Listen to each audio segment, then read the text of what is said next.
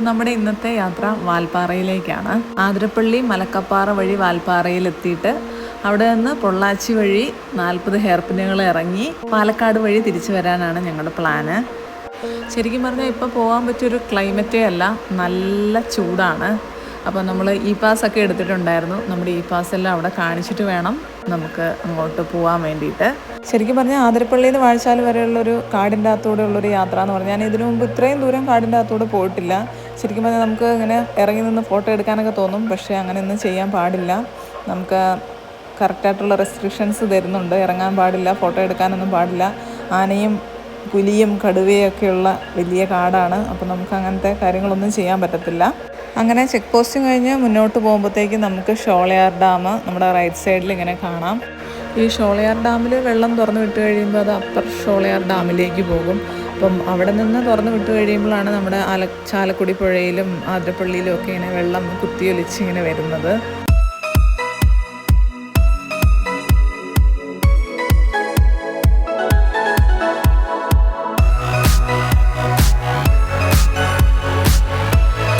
മൂന്നാറിനേക്കാളും അതിമനോഹരമായിട്ടുള്ള തേയിലത്തോട്ടങ്ങളാട്ടോ വാൽപ്പാറയിലുള്ളതായിട്ട് എനിക്ക് തോന്നിയത്. വാൽപ്പാറ എത്തിയിട്ട് പിന്നെ എന്തിനാ ഹെയർ പിന്ന് കയറുന്നതെന്നായിരിക്കുമല്ലേ നിങ്ങൾ ചിന്തിക്കുന്നത്.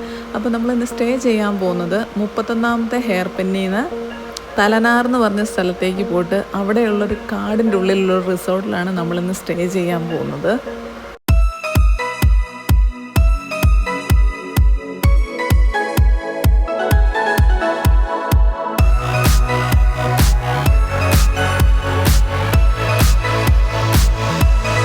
കാണുന്ന സ്ഥലത്താണ് ചെക്ക് പോസ്റ്റ് വരുന്നത്. അവിടുന്ന് ടിക്കറ്റ് എടുത്തിട്ട് വേണം തലനാർ വ്യൂ പോയിന്റിലേക്ക് പോകാൻ വേണ്ടിയിട്ട്. ഇതാണ് തലനാർ വ്യൂ പോയിന്റ്. അപ്പോൾ ഇവിടെ വരുന്നവർ 5:30 ആകുമ്പോഴത്തേക്കും താഴെ ഇറങ്ങി ചെല്ലണം.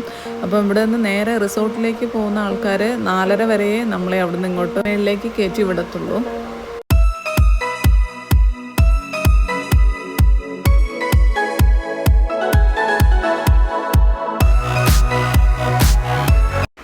റിസോർട്ടിലേക്കുള്ളൊരു യാത്ര ചെറിയൊരു ഓഫ് റോഡും സിമൻറ്റ് റോഡും ഒക്കെ ആയിട്ടാണ്.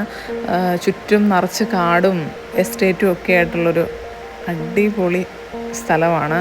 അപ്പോൾ അതിൻ്റെ നടുക്കാണ് നമ്മുടെ റിസോർട്ട് വരുന്നത്.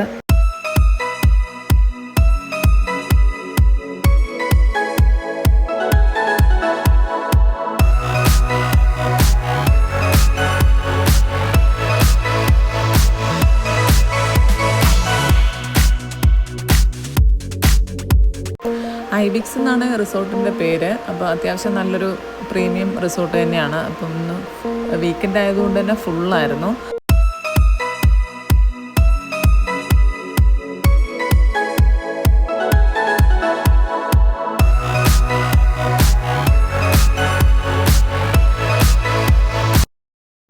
രാവിലെ തന്നെ ബാൽക്കണിയിൽ നിന്നുള്ളൊരു കാഴ്ച അടിപൊളിയായിരുന്നു. ശരിക്കും പറഞ്ഞാൽ ഇപ്പം ഞങ്ങൾ വന്ന സമയത്ത് നല്ല ചൂടാണ് ഇവിടെ. 2 ആഴ്ച മുന്നേ നല്ല ക്ലൈമറ്റ് ആയിരുന്നു, നല്ല തണുപ്പൊക്കെ ഉണ്ടായിരുന്നു. അപ്പോൾ ഇപ്പോൾ ഏതായാലും അങ്ങനെ ഒരു അവസ്ഥയിലുള്ള ഉള്ളത്. അത്യാവശ്യം നല്ല ചൂടൊക്കെ ഉണ്ട്. ഞങ്ങൾ കുറച്ച് സമയം കഴിഞ്ഞപ്പോൾ ഒന്ന് തേയിലത്തോട്ടത്തിൻ്റെ അകത്തൂടെയൊക്കെ ഒന്ന് നടന്ന് വരാമെന്നൊക്കെ വിചാരിച്ചു. ഈ സ്ഥലത്തൊക്കെ ആന ഇറങ്ങുന്ന സ്ഥലം കേട്ടോ. ആനപ്പിണ്ടൊക്കെ അവിടെ ഇവിടെയൊക്കെ ഉണ്ട്, കാരണം കാടിൻ്റെ ഉള്ളിലാണല്ലോ. ഞങ്ങൾ ഒത്തിരി ദൂരത്തേക്കൊന്നും പോയില്ല, അവിടെ ജസ്റ്റൊക്കെ ഒന്ന് കറങ്ങി വരികയൊക്കെയാണ് ചെയ്തത്. നമുക്കിവിടെ ബ്രേക്ക്ഫാസ്റ്റും ഡിന്നറും ഒക്കെ കോംപ്ലിമെൻ്ററി ആയിരുന്നു. അപ്പോൾ നമ്മൾ നല്ലൊരു അടിപൊളി ബ്രേക്ക്ഫാസ്റ്റും കഴിച്ചിട്ട് ഇനി നേരെ ഇറങ്ങാൻ നോക്കുവാണ്. 31ാമത്തെ ചുരത്തയിലാണ് നമ്മളിപ്പോൾ ഉള്ളത്. അപ്പോൾ അവിടുന്ന് നേരെ ബാക്കി ചുരവും കൂടെ ഇറങ്ങി ആലിയാർ ഡാമിൻ്റെ കിടിലൻ വ്യൂവും കണ്ട് നേരെ പൊള്ളാച്ചി വഴി പാലക്കാടേക്കാണ് നമ്മൾ പോകുന്നത്.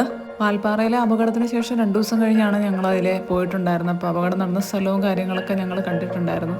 അപ്പോൾ നമ്മുടെ ഒരു പ്രാർത്ഥനയിൽ അവരെയും കൂടെ ഈ അവസരത്തിൽ ഓർക്കുവാണ്. ഇവിടെ നിന്നുള്ളൊരു ആലിയാർ ഡാമിൻ്റെ വ്യൂ എന്ന് പറഞ്ഞാൽ അടിപൊളിയാണ്.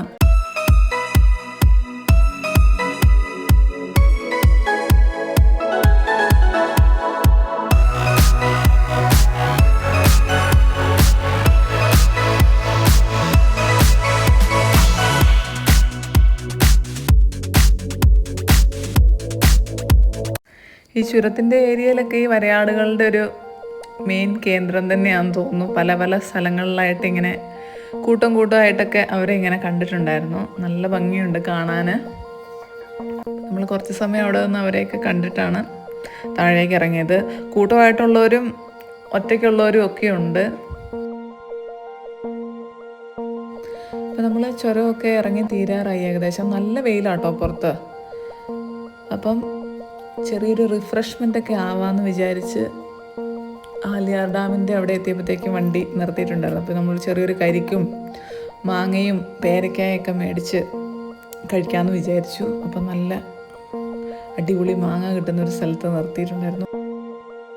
എത്ര പെട്ടെന്നാണ് അറിയോ ചേച്ചി ആ മാങ്ങ കട്ട് ചെയ്ത് എന്നിട്ട് കുറച്ച് മുളക് പൊടി ഉപ്പും കൂടി ഇട്ട് നല്ല സെറ്റാക്കി തന്നു. ഒടുക്കത്തെ ടേസ്റ്റ് ആയിരുന്നേ. അപ്പോൾ നമ്മൾ പാലക്കാട് നിന്ന് നേരെ കൊച്ചിക്ക് വിടുവാണ്. അപ്പോൾ വഴിക്കുന്ന എവിടുന്നെങ്കിലും നല്ല ഊണ് കിട്ടുമെന്നുള്ള പ്രതീക്ഷയിലായിരുന്നു. പക്ഷേ ചീറ്റിപ്പോയി, ഒന്നും കിട്ടിയില്ല.